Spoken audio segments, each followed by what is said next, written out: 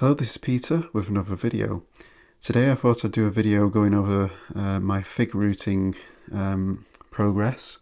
I'll also explain about the mix I'm using as well, which I got the idea from a couple of people actually. Wesley on the UK fig growing Facebook group I'm on, and also Vinny's figs. They've both been using this method successfully. So I'll go into more detail later about that as well. As you can see, I've got a number of fig cuttings in this area. I have a lot more downstairs and also in my other bedroom, spare bedroom. I'm not going to go through all the varieties, but I'll just quickly show the progress of the rooting on some of these so far.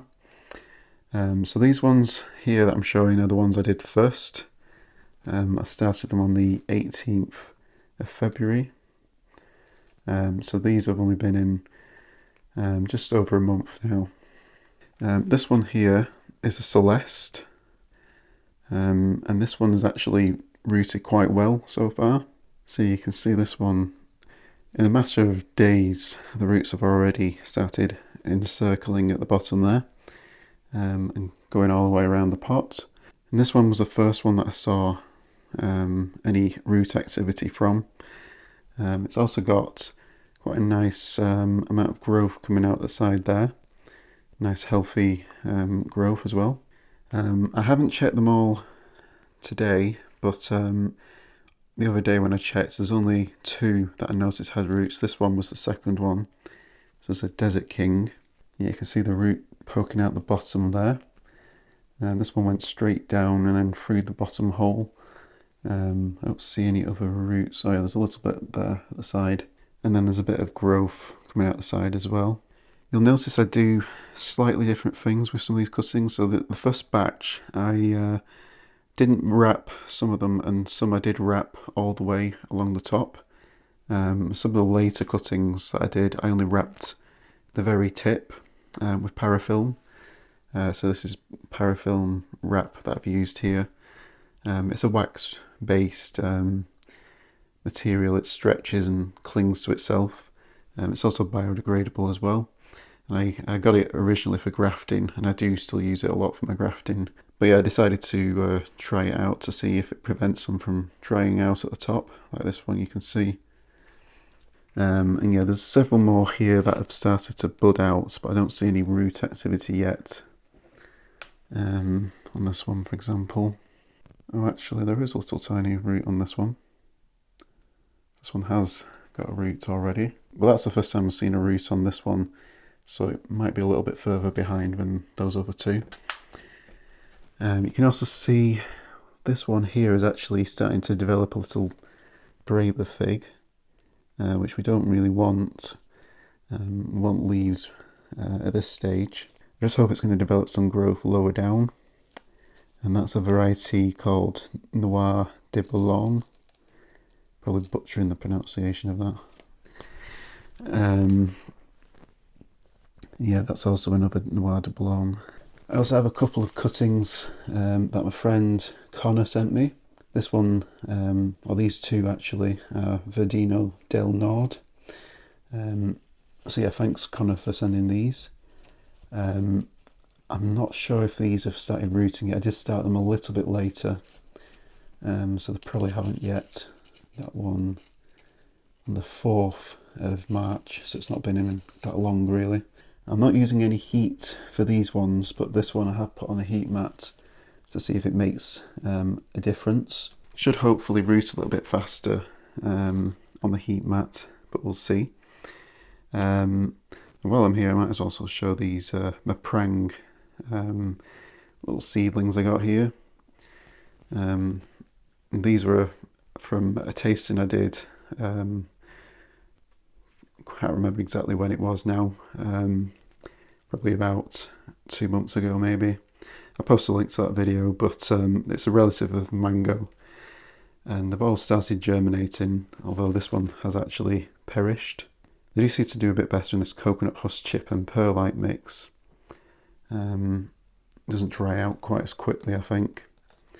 I have to water them quite regularly because they're only very small pots.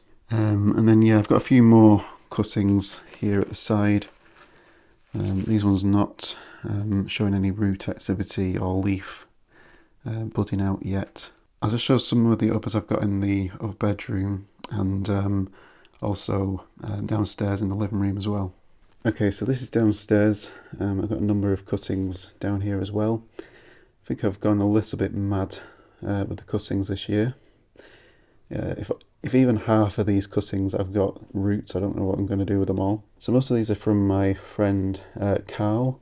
I think his channel is Irish Fruit and Berries. I'll post a link to both Conor and Karl's channel. So yeah, I've got quite a few from him. I've got, I think there's Smith, Mishrinska 10, Lampiera Preta, I think there's also some Desert King, also sent some Black Madeira, there's a few others, a couple of others I think as well. And you can see these two have already started budding out. These ones here have started, I did start a little bit later, and you can see for the most part I've just wrapped the top couple of centimetres or so on each of these cuttings. And these ones here I bought from Vinny, Vinny's Figs.